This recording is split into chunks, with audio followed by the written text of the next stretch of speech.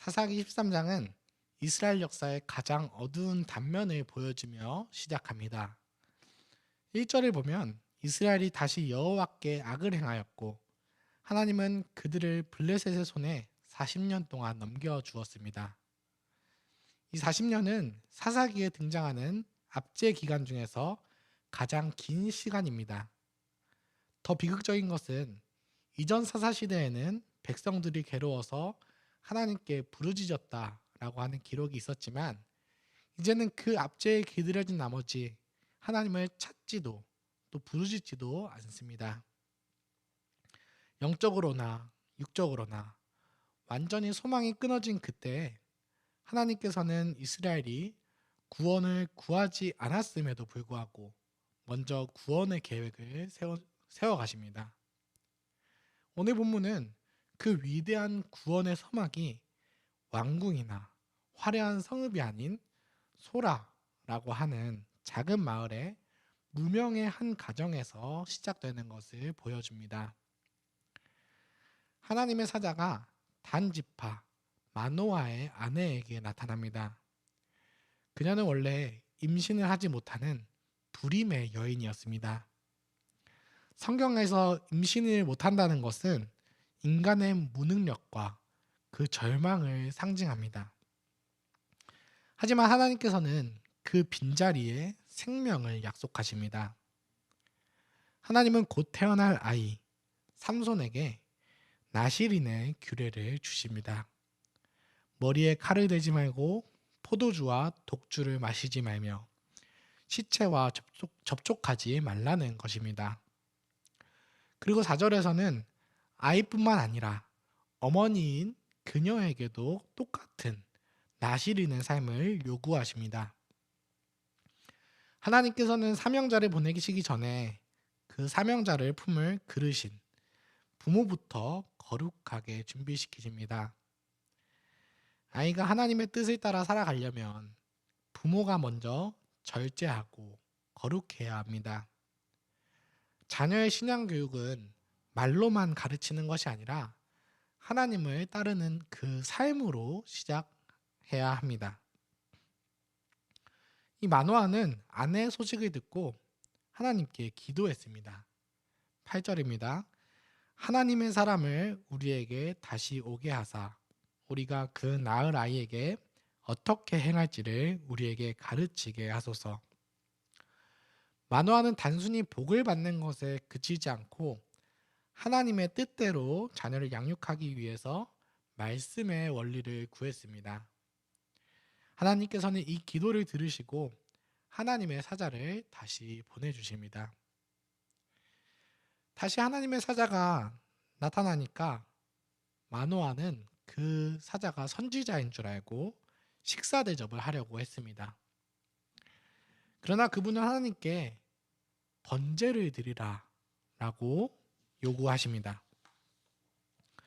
구원의 역사는 사람에 대한 대접이 아니라 하나님을 향한 예배가 회복되어야 합니다. 마노아가 제물을 바위 위에 놓았을 때 불꽃이 제단에서 나와서 하늘로 올라가며 여호와의 사자도 그 불꽃과 함께 올라갔습니다. 이 기묘한 광경을 보면서 마노아 부부는 땅에 엎드려 경배합니다. 우상 숭배로 참된 예배가 끊어졌던 그 이스라엘 땅에 하나님께서 다시 예배를 회복시키신 것입니다. 마노아는 하나님을 직접 배웠기 때문에 죽을까봐 두려워했습니다.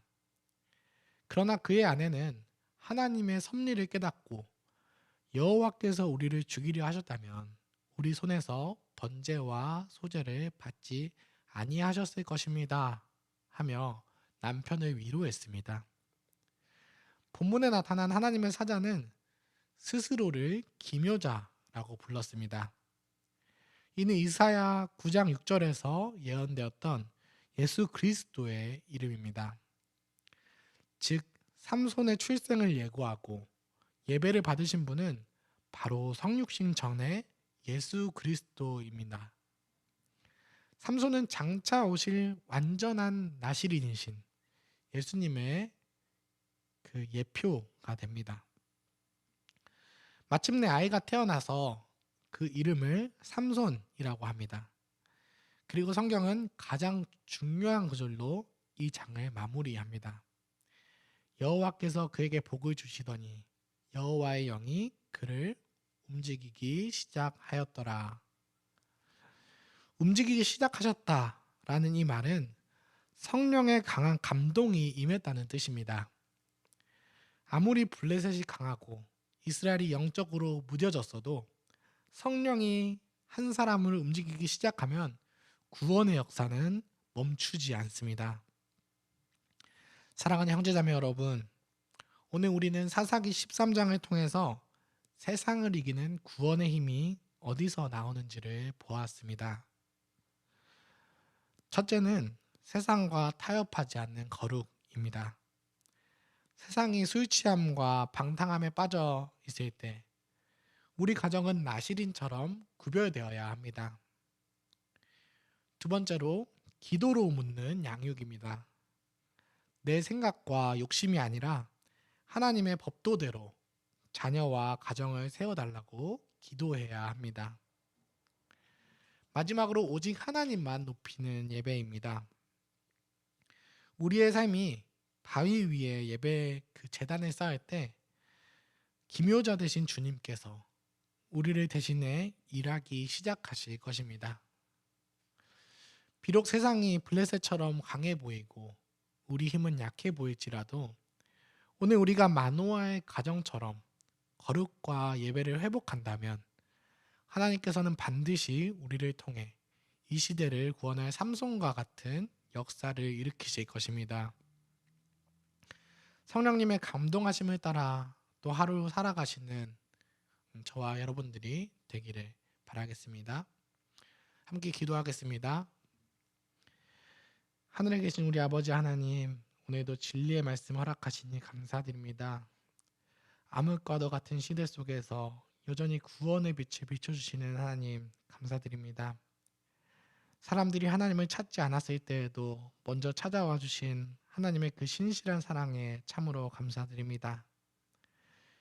우리의 삶에 예배가 회복되어 모여서 함께 예배를 드리고 또 흩어져서도 예배의 삶을 살아가게 하여 주시옵소서. 우리의 뜻대로 사는 것을 내려놓고 성령님의 그 감동하심이 우리를 움직여서 세상을 이기게 하여 주시옵소서. 자녀를 양육하는 부모들이 하나님의 신실한 언약을 기억하게 하여 주시옵소서.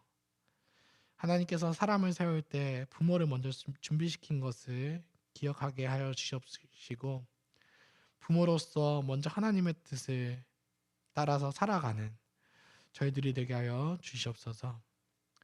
말씀을 전하신 유해신 목사님께 그 복을 더하여 주셔서 성도님들의 그 믿음의 본이 되게 하시고 선포되는 말씀을 따라 올바른 교회와 또 가정이 세워지게 하여 주시옵소서. 교회에 세워진 장로님과 집사님들의 가정 가운데에도 성령님과 지혜가 충만하여져서 교회가 구제와 복음 전파의 일에 부지런하도록 은혜를 더하여 주시옵소서. 지금 이 시간에도 질병으로 고통받는 성도분들을 하나님께서 회복시켜 주시고 인간관계에서 어려움을 겪거나 재정의 어려움을 겪는 이들에게 하나님께서 위로를 더하여 주시옵소서. 여전히 구원의 역사를 이루어 가시는 삼위 하나님께 감사드립니다. 예수님의 이름으로 기도했습니다. 아멘. 은혜로운 기도 시간이 되시기를 바라겠습니다.